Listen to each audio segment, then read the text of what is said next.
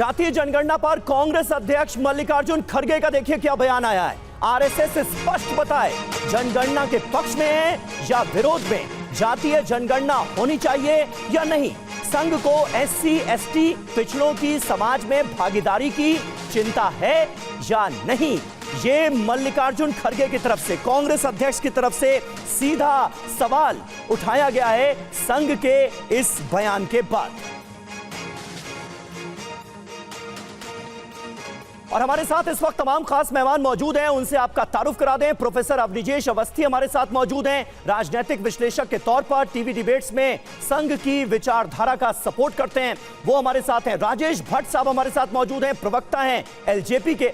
रितु चौधरी हमारे साथ हैं, कांग्रेस पार्टी की प्रवक्ता। प्रोफेसर भुवन भास्कर जोशी हमारे साथ हैं, नेता समाजवादी पार्टी के। सबसे पहले अवस्थी साहब, आज शुरुआत में आपसे करना चाहूंगा, क्योंकि संघ का जातीय जनगणना को लेकर जो बयान सामने आया है उसमें यह साफ तौर पर लिखा गया है कि कुछ समुदाय और जाति पर विशेष ध्यान देने की अगर जरूरत हो, आंकड़े जुटाने हो तो ऐसा किया जा सकता है, हमें कोई समस्या नहीं है। क्या इसका सीधा मतलब यह निकाला जाए कि जातीय जनगणना अगर जरूरत है तो सरकार करा सकती है, हमें इससे कोई समस्या नहीं है?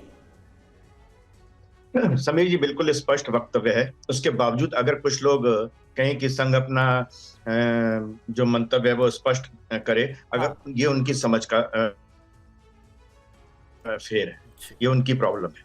बात बड़ी साफ सी है। संघ ने, राष्ट्रीय स्वयंसेवक संघ ने कहा है कि समाज में कुछ लोग, और कुछ लोग मतलब कुछ जातियां, कुछ वर्ग, कुछ ऐसे लोग हैं जो अभी तक मेन स्ट्रीम का फायदा उनको नहीं मिल पाया, लाभ नहीं मिल पाया है। वो किन्हीं कारणों से, सामाजिक कारणों से, अगर पूरी की पूरी एक जाति या वर्ग जो है पीछे है तो उस पर काम करना चाहिए, क्योंकि संघ का उद्देश्य और मंतव्य यह है कि समाज में वो समरसता आए जिसमें कहीं कोई आगे ना हो, कहीं कोई पीछे ना हो, कहीं कोई अगड़ा ना हो, कहीं कोई पिछड़ा ना हो।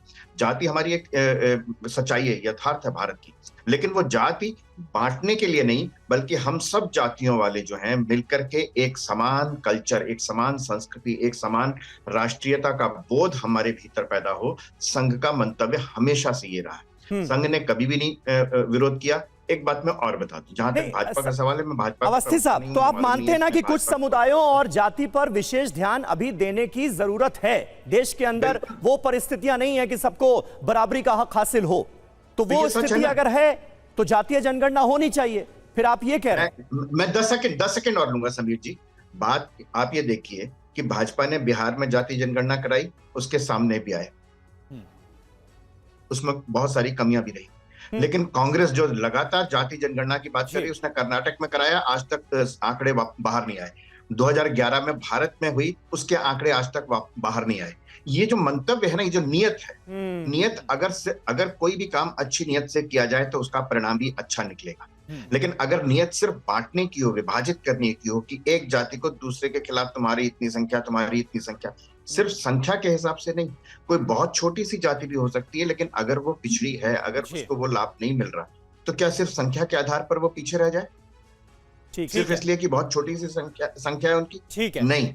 हर अंतिम, हम कहते हैं कि जो अंतिम व्यक्ति है समाज का, उस तक सरकार का, प्रशासन का और इस समाज की बेहतरीन चीजों का लाभ पहुंचे। ये एक सबसे महत्वपूर्ण मुद्दा और बहुत ही सकारात्मक है। इसमें कहीं भी नकारात्मकता नहीं है।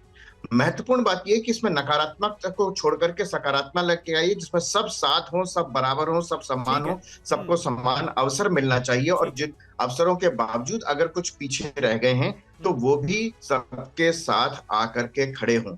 मुझे नहीं लगता कि इसमें कहीं भी किसी भी तरीके की किसी को भी कोई आपत्ति होनी चाहिए। ठीक है, कल ये हमने देखा भी अवस्थी जी, जो आरएसएस की तरफ से बयान आया